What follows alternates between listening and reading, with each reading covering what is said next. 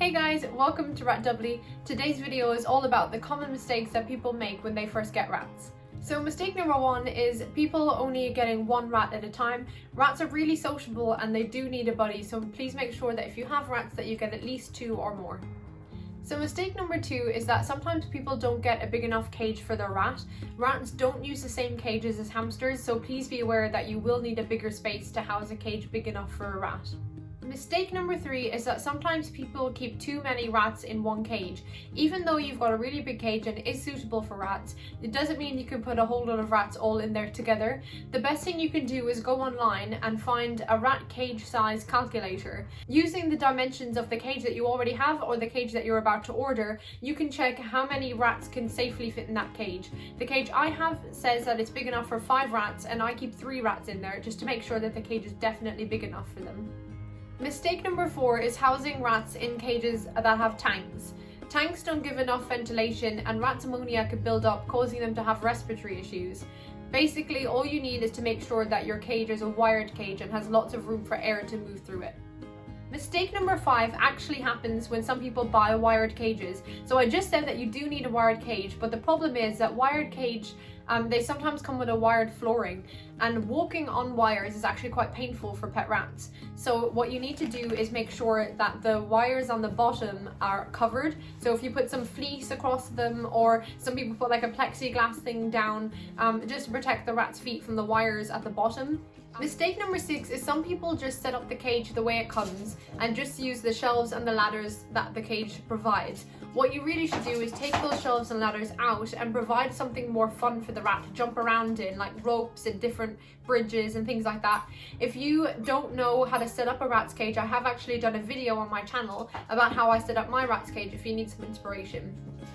I also do tutorials on this channel on different toys and different fun things that you can build for your rats. So if you are looking for new things for your rat's cage, definitely check some of my other videos out. Mistake number 7 is getting your rats from a pet shop. In another video, I've already discussed why you shouldn't get rats from a pet shop because of the actual problems that the rats will have. But in this video, the mistake is that you just won't get the right advice. If you go to a pet shop, they normally don't know a lot about rats and they usually treat them the same as hamsters. So they will happily just sell you one rat on their own, and they will definitely sell you a cage that is completely not suitable for a rat. They'll also give you the wrong types of toys and types of advice for what food they should eat. So the best thing you should do to avoid any mistakes is to go directly to a breeder where you can get the correct advice. Mistake number 8 is not checking what types of food are actually safe for rats. There's a lot of foods that you can't feed your rats, and something to know is that rats cannot vomit, so when you give them anything that is bad for them, it can really cause them a lot of harm.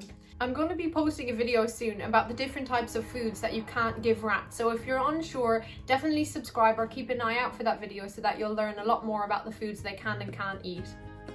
Mistake number 9 is thinking that you could breed your own rats. Just because you have male and female rats does not mean you can become a breeder. Rats will breed and they will have loads of little babies, but you won't even know what kind of traits these babies will have, what kind of behaviors, what kind of diseases. There's so much more that goes into breeding rats than just having males and females have babies.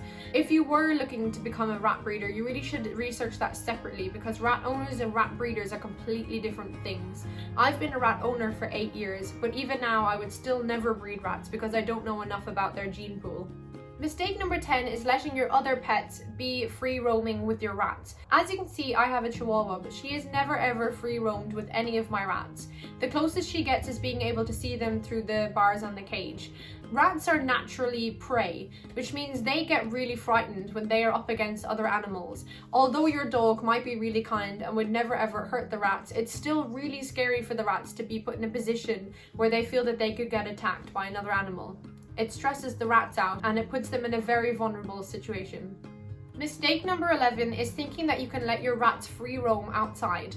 First of all, rats, again, are prey animals, which means any neighboring cats or any birds or snakes or anything at all that could be out there could easily, very quickly hurt your rats. You wouldn't be able to get there on time to save your rat if something was to happen.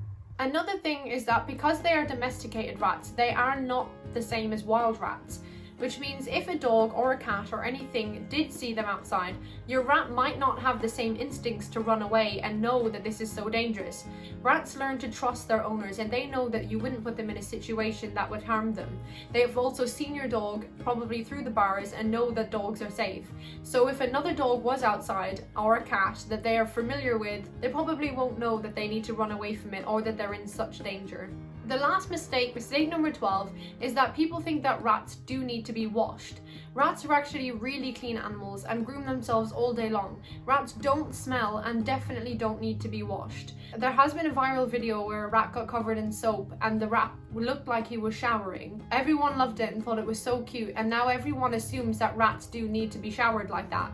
That's not true at all. If there's anything stuck in their fur that you think that you're gonna help them get out, just get a little wipe or something and just like take it off yourself. You don't need to submerge their whole body in sudsy water for that one little piece. It doesn't mean that rats don't like water though, because rats absolutely love water. I always do pea fishing with my rats, where I drop frozen peas into cold water in the summer for them to cool down in.